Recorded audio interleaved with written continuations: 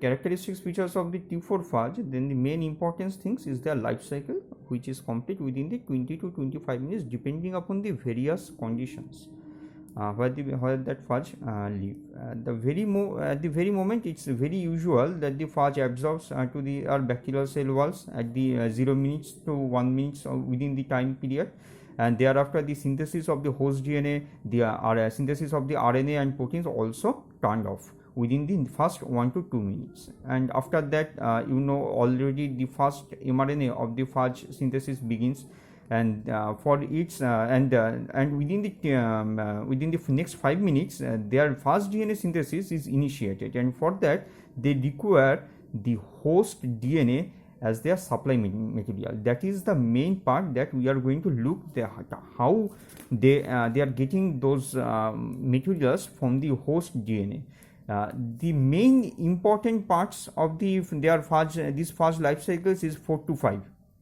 The number one is sources of the T4 DNA. Sources of the T4 DNA. Their main sources is the degradations of the host DNA. Degradations of the host DNA is very important. This is the very early event of the T4 life cycle. What they do that after the degradations, what they get the DNMP. You already know that DNMP means deoxynucleoside monophosphates, but this DNMP should be converted to triose phosphate unless they are not getting into the DNA.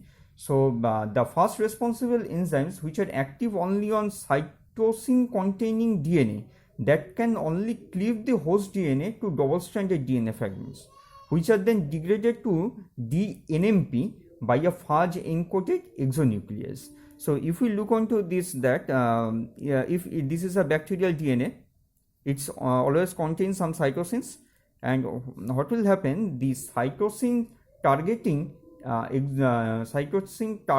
nucleus that is present into the T4 phage, that's degrades into a many double-stranded fragments, and thereafter there is another exonuclease present that cleaves into the DNMP form. So when we get the DNMP forms, we will get the resources, but it should be converted into DNTP forms to get into the phage DNA. These mononucleotides are then used to resynthesize the DATP, DTTP, DGTP by the usual E. coli enzymes. The most things is noted here, mostly noted here, that our bacterial DNA always contains some cytosines, and the T4 DNA never contain the cytosine residues. The second question is the synthesis of HMC, that is the unusual nucleotides present into the T4 DNA. E. coli does not possess any enzymes for forming of the HMC, that we already know. It can only form the cytosines from their DNMP form. So what is happened? These enzymes should be come from the phage. There is two phage enzymes which can convert this DCMP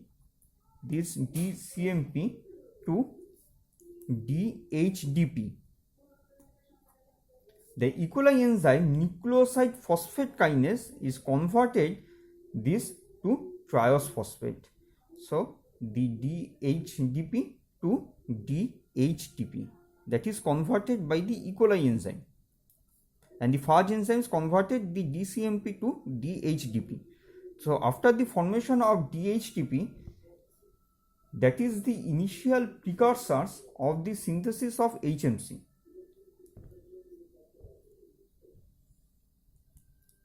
Which is required for the T4 phage DNA. Next, number 3 is the prevention of the incorporations of the cytosine into the T4 DNA. There is no problem with the DATP form, DTTP form, and the DGTP form.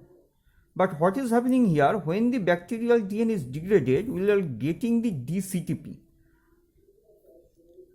Sorry, there is a chance to getting the DCTP here.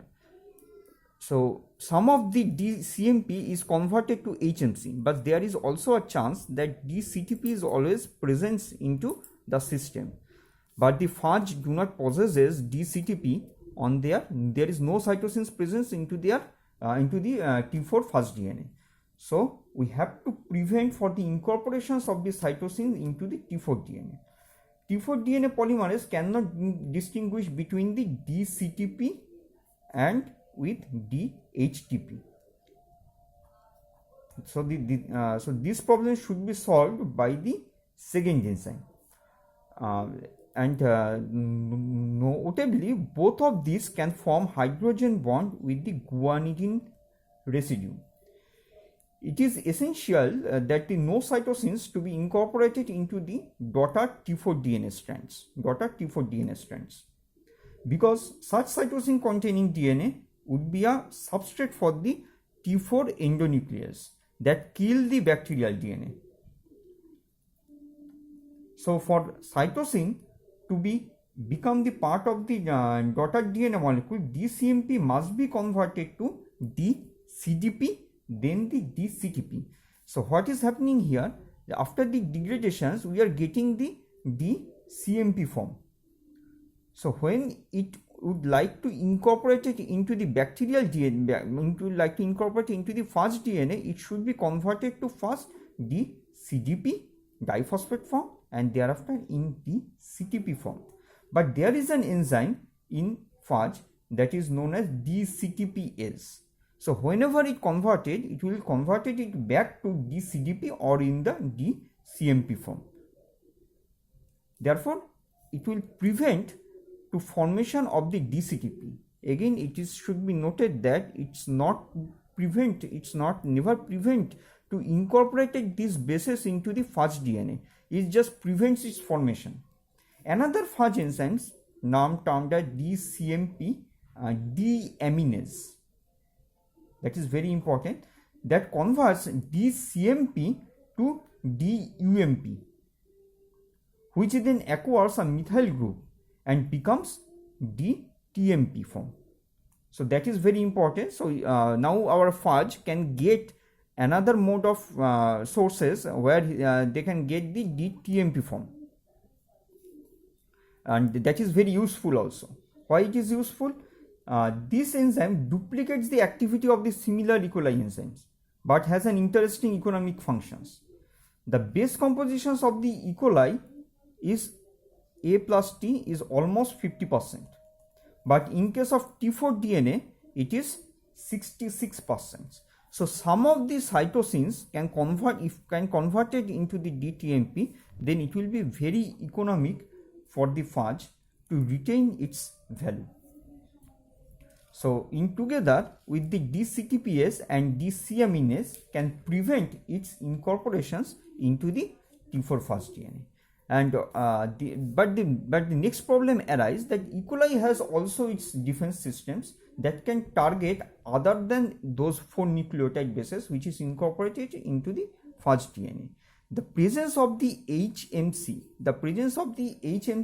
into the T4 DNA creates that problems. E. coli possesses those endonucleases that can target specifically those HMC, and it can destroy the phage DNA because it's contain the HMC. So for this reasons, HMC residues of the T4 DNA must be in a glycosylated form. So there is also some enzymes presence which can convert this HMC into a glycosylated form that accomplishes by the